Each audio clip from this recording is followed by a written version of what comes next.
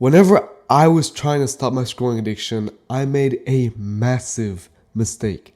And that mistake is one that a lot of people make. Like, genuinely, I think it is the biggest mistake that people make when it comes to trying to reduce the scrolling and to end the scrolling addiction. And that mistake was that I was tracking my screen time day by day. But the problem with that is that one day I would try to set the screen time of, like, let's say 6 hours, which, by the way, I used to scroll for 8, 10, 12 hours. So 6 hours was a pretty great time for me to scroll. It was great progress back then. But the problem was that I would set the screen time for 6 hours, but as expected, I didn't reach it the first time. Of course I wouldn't, right? I would scroll past it.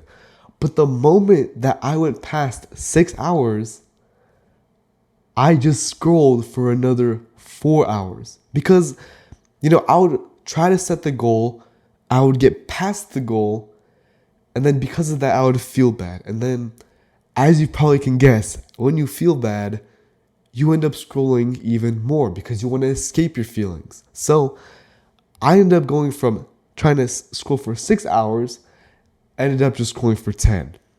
And that's the problem.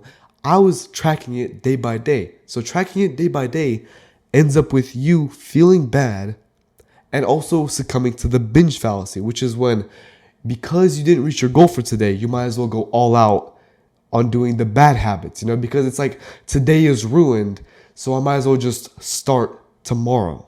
That's the kind of binge fallacy I had, and that belief ended up with me doing that every single day. So it wasn't even like one or two times; it was genuinely every single day when I would say, "Oh goddamn, I scrolled. Okay, tomorrow I'm gonna do better." Tomorrow would roll around, I would scroll some more, and then I would say, okay, tomorrow I'll do better.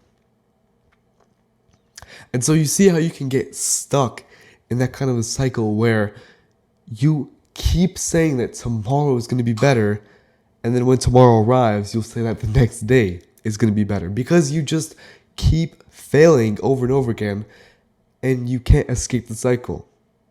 Now, that's the biggest mistake, right? But what should you do instead? Instead of tracking it day by day, what should you do? Well, the one thing that I started doing, which is super helpful, like I wish I knew this earlier. I tell this to all my clients. Track it week by week instead.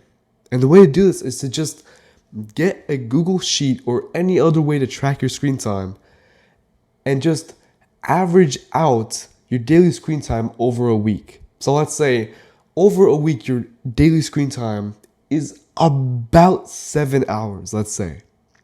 Well, if next week it's 6.5 hours, that's great. That's progress, right? And even though it might not feel like it in the day by day, you still ended up making progress. You still ended up having an extra, because half an hour times 7, 3.5 hours, you ended up having an extra 3.5 hours that week just because you did it over the week instead of day by day. Now, if you're struggling on where to start, I got you. I'm going to make it super easy for you. I already made the template. So all you got to do is click the link in the pinned comment. Now, in order to actually implement this, you're going to have to make this a habit of actually checking your daily screen time. The first day, 2 or 3, it's going to be kind of difficult. You're going to force yourself to.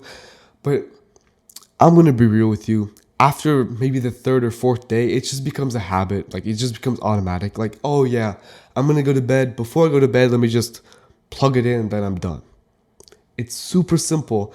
But because you're tracking week by week and you're also seeing the difference week by week, you actually feel more motivated because you know that you're going to make progress, but it's just like, how much progress do you want?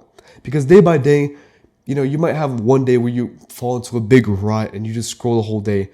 If you keep tracking it day by day, what's going to happen is that you're going to go into a peak, like you actually do pretty well for a little bit, and then you crash and burn on the next day because That's just the nature of a scrolling addiction. That's the nature of any addiction, to be honest. It's just that you feel good one day, you feel bad the next day.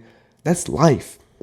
But week by week is how you actually take out the emotion out of it and you instead put in logic and thinking. Therefore, you can actually change it. It's such a small thing. It's such a small difference, day by day instead of week by week. But the results are massive. And by the way, I mentioned that I tell this to every single client of mine.